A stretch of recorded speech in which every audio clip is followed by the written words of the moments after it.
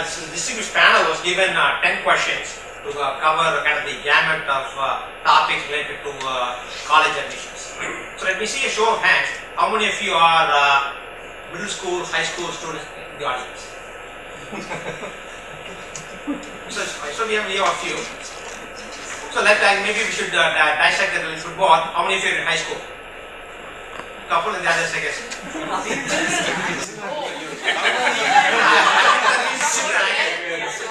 next question was supposed to be, the kids are all doing okay. The parents are nervous wrecks. Right? They all want them to go to great school, do extremely well, be extremely well-rounded, complete personalities, and meanwhile follow the major that you want them to follow. I can give you the bad news right away. They pick the majors that they want to do. Okay? Correct, guys? So maybe we have seen that once, yeah. Once? I see. Is it just one of ours is. Okay. So we'll start with the first question. What we'll do basically is that we'll post the question to the panel. Anybody can join. If anybody wants to add, they can. And anybody in the audience wants to follow up, you can follow up right away. Right? Very informal, small audience. The first question was, how do you choose the colleges you want to apply to? And when did you even start planning? So we have some middle school students, we have some high school students.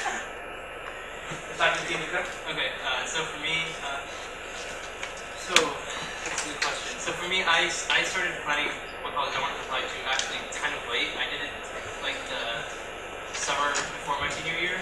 So because for me at least, I think applying to colleges is very, once you decide the college you want to go to, it's just a matter of filling out the application. So I narrowed down a few colleges to the ones that I wanted to do. I wanted to do like a technical school, something with like a really good science program. So that was for me a prerequisite for deciding what I wanted to go to. And so there are a couple schools that I think made the shortlist there, and that made it easy to decide. So I also started the summer before senior year, at least the college applying part. But the whole process of figuring out what colleges I wanted to go to really, for me, depended on what I wanted to major in. For most of high school, I was just trying to figure that out. If I wanted to do bio or computer science, or I really had no idea. So I think that was the biggest part of it for me in terms of when I applied and where I applied. And once I decided on computer science, then it shortlisted the list to schools that are good in computer science and have a really great computer science program.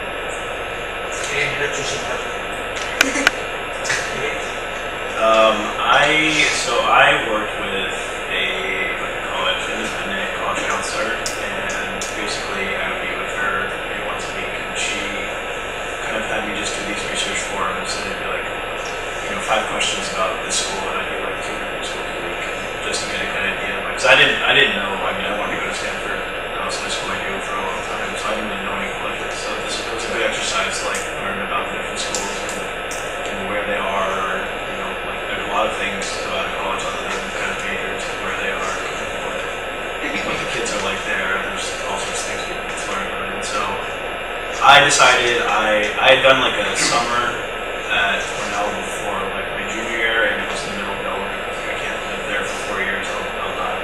So I decided I wanted to live in the city and be in a school that was in the city. So I tried to find the school that best matched my interest. I was going in the city, so that's if I can say so, because I'm from Pennsylvania, and I can say if you end up in the wrong side of Pennsylvania, you could end up in India. But it is very useful in my age. Yeah, so it depends. It's right in the middle of Philly, which is nice. So it's a new place for me to Yeah, I think I started the summer before senior year as well, but I think that I did feel a little bit rushed. So I guess if we're looking at the ideal time frame to start thinking about, what college you want to go to, what kind of research you want to start doing, I'd probably say your junior year. It's a good time around when you're taking your SATs. It's probably a good time to jump the gamut and start thinking about where you want to apply to college. And I you could tell that each of us have had very different experiences in what we looked for in the ideal colleges that we wanted to go to. So I think that in your shoes, if you're in high school and you're thinking about applying to college soon, you should probably shortlist some criteria that are really important to you. And so the whole process is, I think it's a huge process of self-awareness. So it's kind of understanding what Meg mentioned, which is what kind of city do I want to live in, what kind of campus do I want to go to, what kind of major is important to me, is the name of the college important to me, for example. And I think I faced a very different experience from all of them in that I didn't know what I wanted to major in, but I did know that I wanted to go to a really big college. I wanted to go to a college that was really diverse and had a lot of opportunity for extracurricular activities or clubs and sports or other teams and things like that. And so I chose my major after I went to college. So I didn't really narrow it down based on technical college of technical sciences or engineering or anything like that. So I think that it's kind of a process of really shortlisting what is important to you, and then when you do your research, you're able to narrow down the colleges that you want to apply to in that way.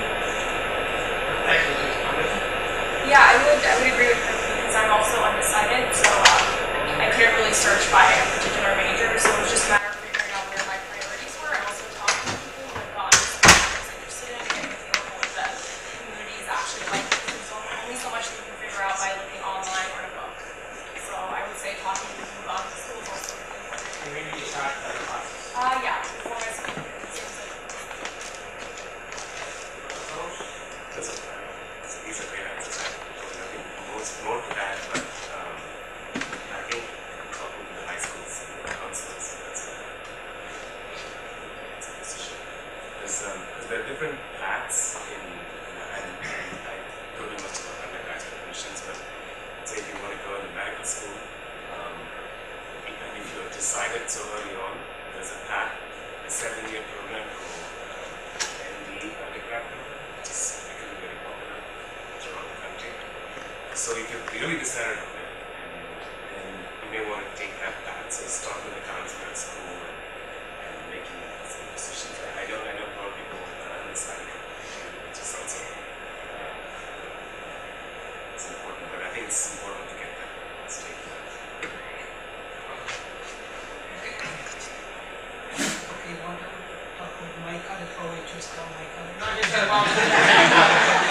They don't care about us anymore. How I choose my college, my friend, I'm first generation college kid, so my friend told me about engineering, which I and so I think, the best way, I was talking to my counselor, asked me to register at OSU, what to do. I think the best time is the sophomore year or junior year. There are campus tours, you want to visit campus tours, they give all the information. So then you get some idea what to do, how to train, all those things. And also talk to the counselor, high school counselor. School counselor gives some other people. And also talk to the senior students. They will give some idea. I think by doing all these things, then you might be able to get some idea. I think don't wait till senior year, just before admission process starts. Wait at least 1 or 2 years earlier. And also you need to decide whether you want to go to beach school or 4-year liberal school and what are your interests. I think you need to decide. I think starting earlier makes a lot of difference. Okay. Any questions? How do you start looking for the foreign college? I mean, the colleges in the outside the country. You want to send your son to India for PhD Yeah. tech, right? For example, PhD tech, yeah. So I need to check the immigration. Anybody want to answer the question, guys? Anybody in the room who can answer the question?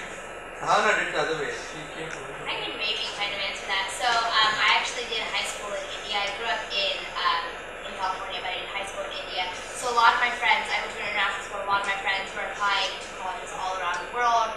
Australia, some stayed in India, some went to the UK.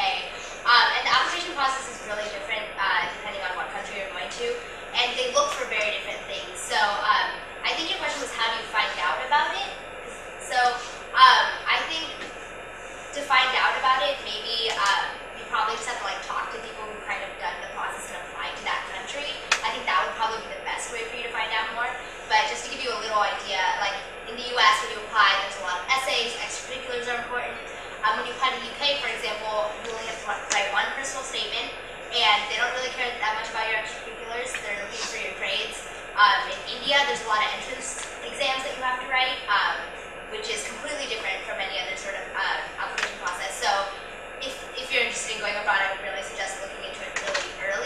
and looking into those options because, for example, in India, I know a lot of my friends who wanted to stay in India focused a lot, didn't even focus on school, they focused on studying for those entrance exams. And they did that starting from 9th grade. So it really changes like how you go to high school. So let me add a few more suggestions perhaps, right?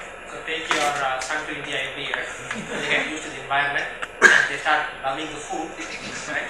And then while they are doing that, you better start saving money. Because there are capitation fees, there are actually separate quotas for students from university. And getting excited by academics. Right? Any other questions? Okay, let's move on to this next question. How do you go about choosing a major? Some of you have went through either major, double major, and so on. Some of you are undecided. So how do you go about choosing a major? Yeah, so it actually depends on the college that you go to. So some colleges will let you take a year or part of your second year being undecided, so you can choose maybe in your sophomore year what you actually want to do. Typically, you go about doing this by taking a lot of intro classes your freshman year, and so you can check out all sorts of areas. You can check out like psychology, biology, chemistry, physics, math, or basically any subject you want to. You take the intro classes and see if you like it. If you do, then you tentatively select a major. And at least for me, I think the major selection process was pretty flexible in that you could select a major, and then within a year, like by your senior year, if you wanted to change that, you could change that. So it's pretty flexible. So I wouldn't be too worried about having to know what you want to do when you enter college. But so for me, the double major was actually it sort of just like fell together because when you do physics, you take a lot of math courses, and it turned out to be very popular that people like did physics and math double majors because they already tested both requirements very easily. So for me, it wasn't too hard to add on another major. So I decided I wanted to do computer science before I went to Berkeley. And I'm going to talk, so like you said, you kind of covered everything in college. I feel like when you get there, you can pretty much be very flexible with it, take classes. That being said, the first computer science class I took, I absolutely hated. And it was really hard, and I was sure this was the wrong major almost because I couldn't do it. And now, as a senior, I love the classes I'm taking. It's so interesting. So I wouldn't get scared off by like any classes either. Also, something that I think I wish I'd done a little more when I was looking into like thinking about what I really wanted to do as a career. Like, what could I see myself doing like for hours and hours? And I think that's something that you can really think about in high school as well.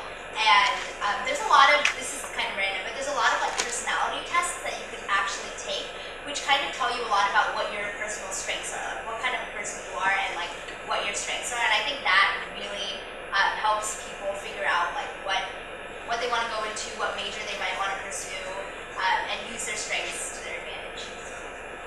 Agree with that? Yeah, so I, like I said, I majored in bioengineering and I'm a programmer, so I don't feel that major at all. And I think it's a great cautionary tale to like not be married to your major. So I went into college majoring in bioengineering. I thought that's what I wanted to do. I really like bio. And then I got there and I did it and I like, I had my doubts about it and whatnot, but I was married to it. That's the major I chose when I went to college. This is what I'm going to do. I'm going to finish it. And eventually that was kind of a silly way of thinking about things.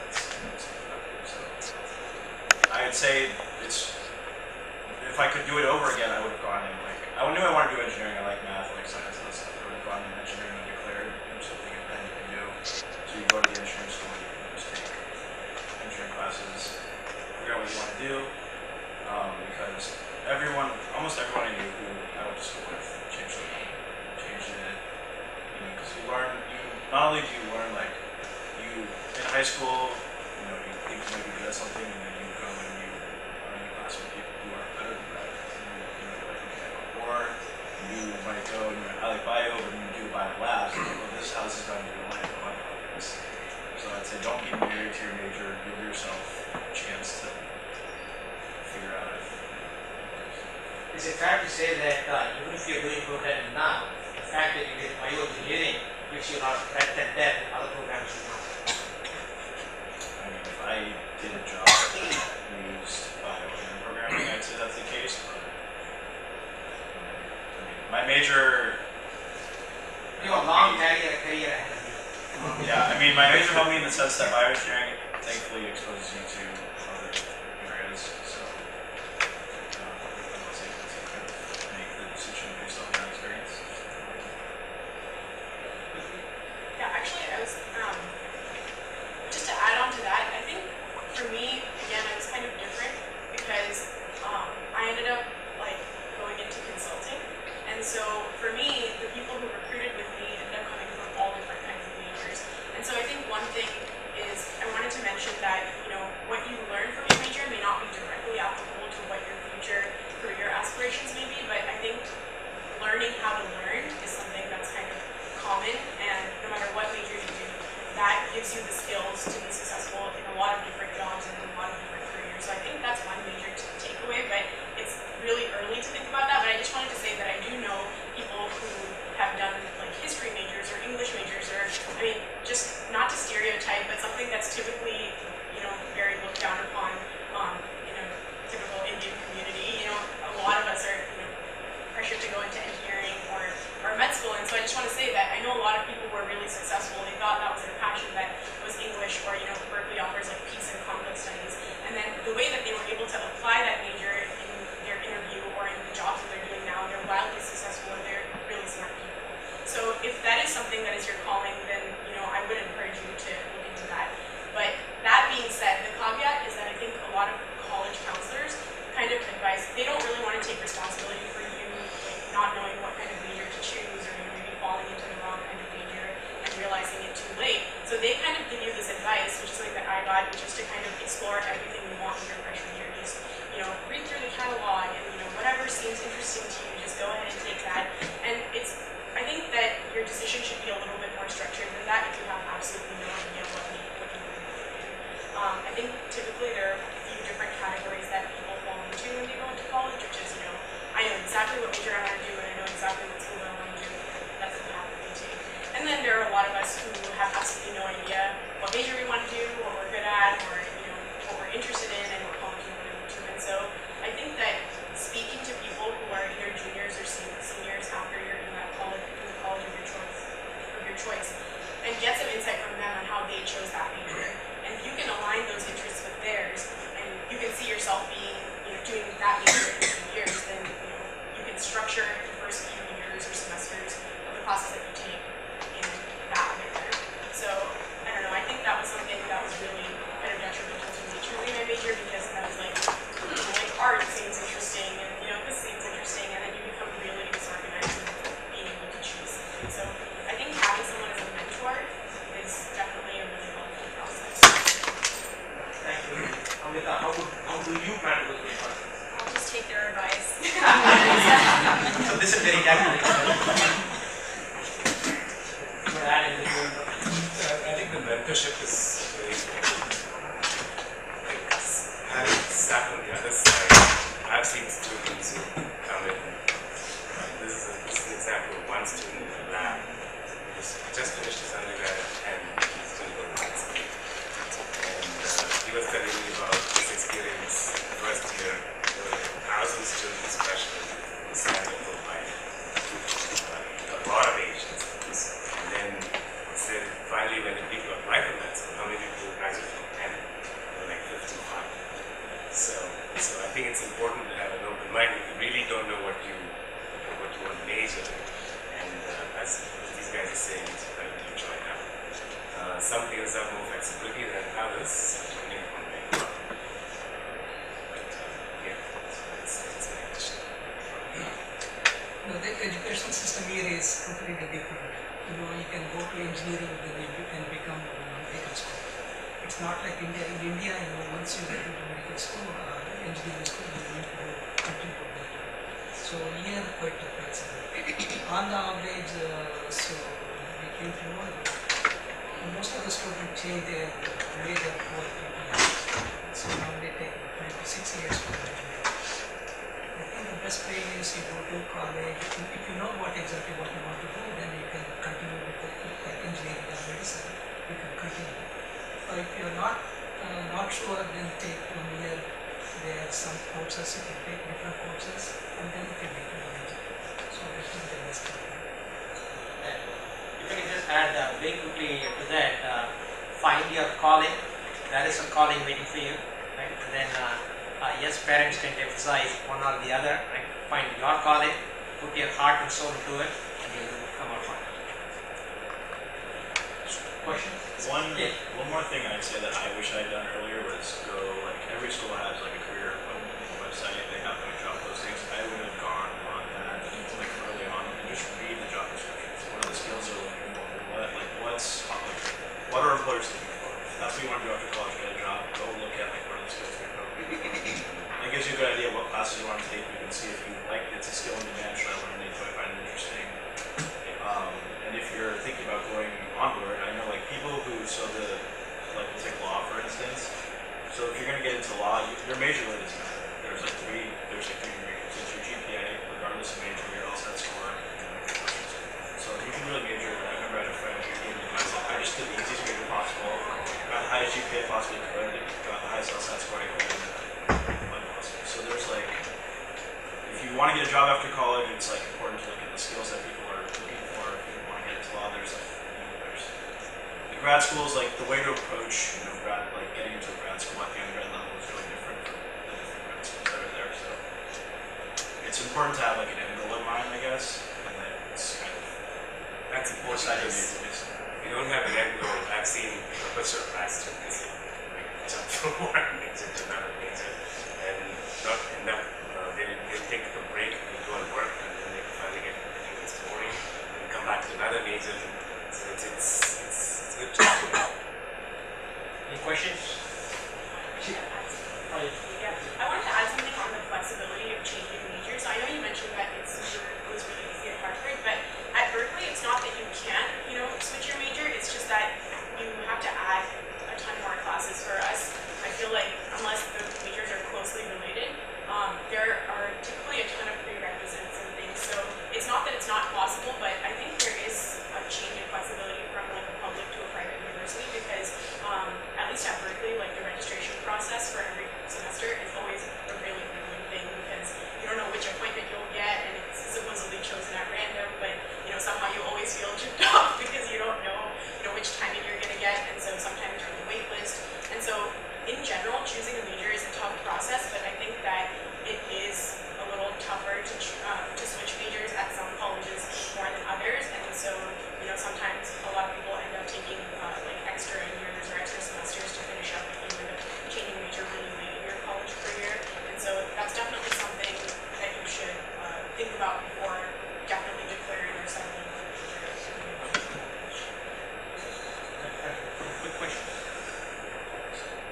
Fully satisfactory answer. So let me bundle the next three questions in the interest of time. What roles do SAT, ACT scores play and how to best prepare for them? How much do your high school grades matter? And what roles do athletic and other extracurricular activities play in admission? Basically about your high school performance, academic, the entrance exams, and the extracurricular. Okay, so I'll try to answer them in three separate parts. The SAT score, God, this SAT thing, I always keeps coming up. But, okay, so the SAT is like, it's another signal that the admissions committee will use to determine whether you're a good fit or not. But its main role is to be a warning flag. I guess if you get a 2400 in the SAT, that's not a good reason to admit you to a good college. But on the other hand, if you get a bad score, that's a warning flag for them. It raises questions about whether you're suited for the college. So in reality, there's nothing good that comes out of it for you, for the applicant, right? It's just like if you screw up, then that's bad. But if you do well, you're like everybody else then. So that's the unfortunate thing about the SAT. But talking about grades, I think grades are a lot more important. Grades are because they really articulate how you perform in your environment. It's not a standardized test, it's how you perform in the several classes that you've had. Did you do better at science classes? Did you do better at history classes? It sort of paints a picture of who you are as a candidate and what you're good at, which I think the colleges really look for when they try to admit people. And the third thing, extracurriculars and athletic, yeah, okay. So I think these all go really far in painting a picture of who you are as a candidate. So there are reasons that you might have that grades won't really matter for you, but then